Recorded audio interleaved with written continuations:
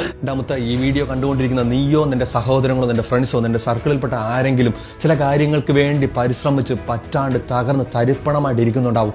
ഒരു സപ്പോർട്ടും ആരുടെ കയ്യിൽ നിന്നും കിട്ടാണ്ട് കണ്ണുനീരോടെ നീ ജീവിക്കുന്നുണ്ടാവും. ആൾക്കാരുടെ കൂക്കുവിളി പരിഹാസം എല്ലാം കേട്ട് മടുത്തിട്ടുണ്ടാവും. കർത്താവിന് നിങ്ങളോടൊരു കാര്യം പറയാനുണ്ട്. ഇത് എല്ലാ ഫ്രണ്ട്സിനും എല്ലാവർക്കും അയച്ചു കൊടുത്തു. എല്ലാവരും അറിയണം, നിനക്ക് വേണ്ടി ജീവിച്ച് മരിച്ച ഒരു കർത്താവുണ്ടെന്ന്. ബ്രദർ ഇടയ്ക്ക് ഒരു വീഡിയോ കാണാനിടയായി. ഒരു അമ്മ ഡോൾഫിൻ തൻ്റെ 6 ദിവസം മുൻപ് മരിച്ചുപോയ കുഞ്ഞു ഡോൾഫിനെ കൊണ്ട് നീന്തുക. സ്നേഹം കൊണ്ട് ആ മരിച്ചുപോയ കുഞ്ഞിനെ കളഞ്ഞിട്ട് പോകാൻ ആ ഡോൾഫിന് പോലും പറ്റുന്നില്ല.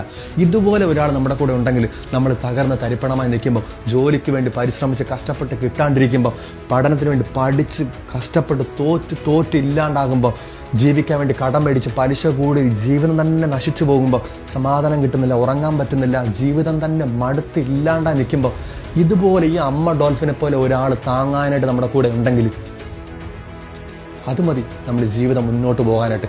കർത്താവ് നിന്നോട് പറയുക, സങ്കീർത്തനയുടെ പുസ്തകം 56-ാം അധ്യായം 8-ാം വാക്യം, അവിടെ നിന്ന് നിന്റെ അലച്ചിലുകൾ എണ്ണി തിട്ടപ്പെടുത്തിയിട്ടുണ്ട്, നിന്റെ കണ്ണുനീര് അവൻ കുപ്പിയിൽ ശേഖരിക്കുന്നുണ്ട്. അവൻ ഒന്നും കാണാണ്ടിരിക്കുകയല്ല. നീ തോൽക്കുന്നുണ്ടാവും, പക്ഷെ നിന്നെ തകരാനായിട്ട് കർത്താവ് അനുവദിക്കത്തില്ല. ഇതെല്ലാവർക്കും അയച്ചു കൊടുക്കുക. വിഷമങ്ങളെല്ലാം കമന്റ് ബോക്സിൽ കമന്റ് ചെയ്തില്ലെങ്കിൽ മെസ്സേജ് ഇട്ടാൽ മതി. നമ്മളെല്ലാവരും ഒരുമിച്ച് പ്രാർത്ഥിക്കും. ദൈവം അനുഗ്രഹിക്കട്ടെ. ആമേൻ.